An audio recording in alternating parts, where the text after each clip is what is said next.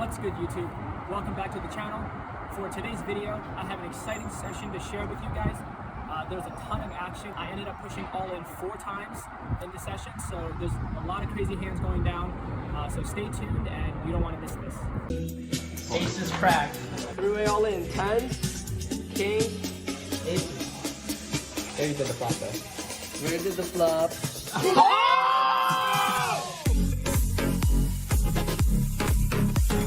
Before we begin, I just want to quickly go over the mystery hand results for last week's video.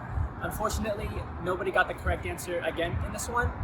Some of you were pretty close with your guess of pocket 3s and jack 5. I did have a full house, however, I had the not full house with jacks full, so you guys were pretty close. You'll get another chance to guess in this video, so good luck. That's all for the semantics. Let's get right into the action. Alright, for our first hand, we look down at ace-jack offsuit in the small blind, and it folds around to a short stack player who decides to jam his entire stack in. This is an action player who likes to shove pre-flop, so sitting here with ace-jack, we're just going to rejam and isolate to call it off. The big blind folds, and we're going to run it twice, and he flips up queen deuce offsuit, so we're 60 to 40 favorite here. Let's try and hold.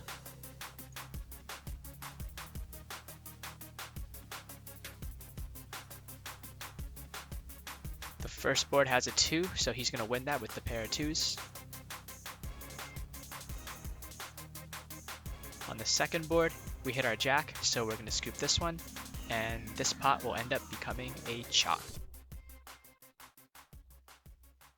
For our second hand, we have queen jack suited in middle position, and we face a early position open. And on to us. Our hand is a great candidate to 3-bet. However, the player that raised is in early position, and he's also kind of tight when it comes to raising preflop, so we decide to just proceed with a call instead. A player behind us also calls, and everyone else gets out of the way. So we're going to go 3 ways to a flop of jack 4 queen rainbow. So we spike top 2, which is awesome. Now we're trying to figure out how to get our stack in. We don't have to think too long because this pre-flop raiser decides to shove his entire stack in there, betting almost 10x the pot. So we just snap call here with top 2, and we decide to run it twice. So we're all in again. Let's go to the run out. He flips up aces, so we're in great shape against his hand. He's drawing to basically 2 outs with the ace, or if the board pairs with the 4. So we're looking pretty live. Unfortunately, the first board, he hits a 4, so he has a better 2 pair than us. Second board's clean. We hit a full house, so we'll win that one, and this pot ends up becoming a chopped pot as well. For our third hand, this is going to be the mystery hand of the video, so as always, leave your guess on what my hand is in the comments below, and you could win that prize, so good luck. There's 2 limps to us, and we decide to raise it up to 130 here. One of the players behind us decides to make the call, and it folds around to the limpers, who both make the call. So we're going to go 4 ways to a flop of king 7-3 with 2 clubs. This is a fairly dry king high board with some flush draws available. Action checks to us, and we decide to check it back this time, and the action checks through. Onto a turn, which is the 8 of diamonds. It shouldn't change too much. And once again, the action checks to us, and now we decide to throw out a small bet of 235. All of the players fold, and we're going to win this pot. On to the fourth hand, we look down at pocket kings in the big blind. A middle position player opens it up to 70. He gets called by a player behind, and the button. The small blind calls, and on to us. We now definitely have to 3-bet our premium hand. There's too many people in this pot, and we need to thin down the field a little bit. So we raise it up to 394, hoping to get some folds. It doesn't quite work because 3 of the players decide to make the call. Onto a flop of 2 queen 9 with 2 hearts. The pot has already ballooned up to 1645 on the flop, and with our stack here, we only have about a pot and a half size bet left behind. So at this point, we're just going to shove and get our stack in the middle with our overpair. So when it checks to us, that's what we do. We rip it all in. One player folds, and that player decides to call, and he calls fairly quickly. So I'm a little bit worried that he might have some type of set, but he could definitely have a flush draw or some type of combo draw. Other player folds, and now we decide to run it twice. I'm all in, and he flips up ace queen of hearts. He's super live. He's got top pair with a nut flush draw, so he could draw to a heart or an ace or a queen and beat us. So let's hope our kings can hold. First board runs out clean, so we're going to win that one. Second board looks good so far, and he spikes the ace. So he's going to win the second one, and once again, we're chopping this pot. Okay, for this next hand, this was definitely the craziest hand that I played in all session. And for this one, I'm actually going to play some raw audio footage from the voice call for you guys. So every game that we host, we open up a voice chat to all the players. And generally, we make a strict rule of not talking about your hand during the call. That way you don't give away any information. However, for this particular hand, everybody in the call was not involved in the hand. So I was able to tell everybody what I had, and they got to live the moment with me. So I'm going to play that for you guys, and you guys can live through that moment too. Onto the hand, we have an early position player limp in, and the cutoff limps as well. And now onto me, here on the button with a offsuit Broadway. This is a great hand to raise and isolate the limpers, so I bump it up to 130. The blinds fold, and both of the limpers make the call. We go to a flop of 9-7 queen rainbow. This is a pretty good board for our hand, as we have the gut shot to a straight if we hit a 10, and also we have an overcard with the king. However, this board is very coordinated, and both of the players in this hand are tricky players that are very capable of check raising, and this is definitely the type of board that they like to check raise on. So I think it's a good spot to just check back and realize our equity. So when it checks to us, we go with that plan, and we just check it back.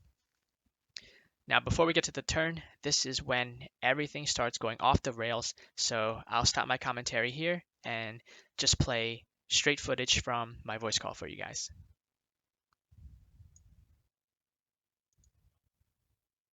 Holy shit, dude. Guys, I got there. Yeah, King Jack Jack. King. Yeah. Oh Oh, my baby. god. What do you do here? I'm just ripping it in. Should I run it once or twice? I have the stone nuts. Oh my, Oh my god. god. Yeah, he might have the die. What? Oh, that's Dude. not. Oh shit. Oh, That's there you go. You live right at one. I- Woo! Woo! Woo! Let's go! Let's go! That's making the vlog, boys. Just a couple hands later, we look down at the number one hand, pocket aces, and an early position player limps, followed by a small raise. So onto us, we're definitely going to be 3-betting our premium hand, so we bump it up to 195. The small blind cold calls, the big blind calls, the limper calls, and the initial raiser calls. So we're going 5 ways to a flop with our aces. The flop comes out king 6-5 rainbow. This is a pretty dry flop. There's only a few straight draws available, like 7-8 and 7-9. The players can definitely have a lot of kings and low pocket pairs like pocket 7s and pocket 8s in their range, so we definitely want to be throwing out a bet for value. When it checks to us, we do just that and make a bet of 407. And I guess this bet is too large because everyone just decides to fold, and I'm going to win this pot with the pocket rockets. For our last hand, we look down at another premium, ace-king offsuit in early position, and at this point, it's getting pretty late and the game is about to break. A lot of the players have busted or left. Anyway, we raise it up to 110 with our premium. It folds around and both the small blind and big blind make the call. So we go 3 ways to a flop of king, queen, 9 with 2 clubs. This is definitely a dynamic and action-heavy board. There's a ton of flush and straight draws available, any jack, 10, all the clubs, plus there's many combo draws available such as king 10 or queen 10, and two pairs are also very likely on this board. So when it checks to us, we're definitely going to be making a bet for value. We do have top pair, top kicker, so we throw out a bet of 185. Onto the small blind, who now decides to suddenly rip it all in for 36.49, more than 10 times the size of the pot. He gets snap called by the big blind, and onto us, we are definitely not feeling good about our hand anymore. I think facing this action, we are probably not good enough to call. When they rip it in like this, I think one of the players definitely has some sort of two pair or a set, maybe something like pocket nines or king nine or queen nine, and the other player probably has some type of flush draw or combo draw, maybe like ace 10 of clubs or ace 9 of clubs. So against both of those ranges, our hand is in pretty bad shape.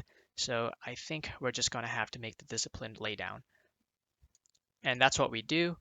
The players decide to run it twice, and I will just play out the hand for you guys and turn on the voice chat audio so you guys can hear the action. Yeah, your stack wasn't that. Oh, Wow. that's Yo, guys, I want to show you my hand. What do you have? Oh, good. Look at my hand. Oh shit! That's how we roll, boys. For the results, we buy into the game for 20. We're out for 88.58, which is a profit of 68.58, or about 8 Chipotle bowls. Realistically, that is 220 big blinds per 100 hands, so a pretty decent result over a 3.5 hour session, and we're definitely going to be buying guac with our next Chipotle bowl. That's all for now. Thanks for tuning in as always, and I'll catch you guys in the next one.